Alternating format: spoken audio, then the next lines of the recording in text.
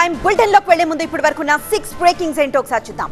First breaking చూస్తున్నాం. Bus యాత్రకి ఇవాళ జగన్ బ్రేక్ ఇస్తున్నారు. నెల్లూరులో నేతలతో సమీక్ష నిర్వహించనున్నారు.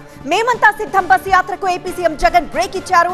నెల్లూరు జిల్లా చింతారెడ్డిపాలెంలో బస చేశారు ఆయన. అక్కడే తమ పార్టీ ముఖ్య నేతలతో జగన్ సమీక్షిస్తున్నారు. బస్సు యాత్ర జరిగిన తీరు, ప్రజా స్పందన వివరాలు కూడా తెలుసుకోబోతున్నారు. ఇక సెకండ్ బ్రేకింగ్ చూస్తున్నాం. కరీంనగర్ సిరిసిల్లలో కేసీఆర్ పొలంబాట కీలక ప్రకటన చేయబోతున్నారు. ఎండిన పొలాల పరిశీలన భాగంగా రెండో విడతలో కరీంనగర్ సిరిసిల్ల జిల్లాలో కేసీఆర్ పర్యటిస్తున్నారు. రాజన్న సిరిసిల్ల జిల్లా బోయినపల్లిలో ఎండిన పొలాలను ఆయన పరిశీలిస్తారు. ఆ తర్వాత మిడ్మానేరు జలాశయాన్ని సందర్శించారు. అయితే ఈ సాయంత్రం ప్రెస్ మీట్ లో కేసీఆర్ ఒక కీలక ప్రకటన చేస్తారని భావిస్తున్నారు. అయితే ఆ కీలక ప్రకటన ఏంటి అన్నదే ఇప్పుడు ఆసక్తికరంగా మారింది. ఇక థర్డ్ బ్రేకింగ్ చూద్దాం. రైతుల హామీల కోసం ఇవాళ బీజేపీ రైతు సత్యాగ్రహ దీక్ష.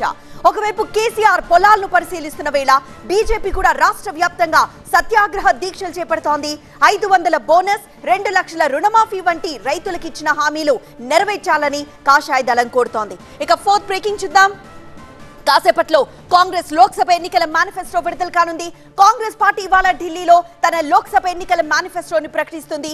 5 న్యాయ్ 25 గ్యారంటీస్ పేరుతో మేనిఫెస్టో వస్తోంది.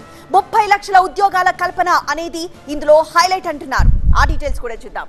ఇక ఉప్పల్లో నేడు ఐపీఎల్ మ్యాచ్, విద్యుత్ సరఫరా పునరుద్ధరణ. ఉప్పల్లో ఇవాళ Hyderabad Sunrisers, Chennai Super Kings మధ్య ఐపీఎల్ మ్యాచ్ జరుగుతుంది. ఫామ్ లో ఉన్న రెండు టీమ్స్ ఎలా తలపడతాయన్నది కీలకంగా మారింది. మరోవైపు స్టేడియానికి విద్యుత్ సరఫరాను నిలిపివేశారు అధికారులు. మళ్లీ కరెంట్ ను పునరుద్ధరించారు. And sixth and last breaking చూస్తున్నాం. పాక్ లో హత్యలపై ది గార్డియన్ కథనాలను భారత్ ఖండించింది. ఉగ్రవాదుల వేట పేరుతో పాకిస్తాన్ లో భారత్ ఉద్దేశపూర్వకంగా హత్యలు చేస్తోందంటూ ది గార్డియన్ రాసిన కథనం దుమారం రేపుతోంది. పాక్ ఇంటెలిజెన్స్ ఇన్పుట్స్ ఆధారంగా ఈ కథనం రాశారు. అయితే ఇదంతా అబద్ధపు కథ అని, నిరాధారమైన ఆరోపణలని భారత్ కొట్టిపారేసింది. ఇవి ఇప్పటి వరకు 6 బ్రేకింగ్స్.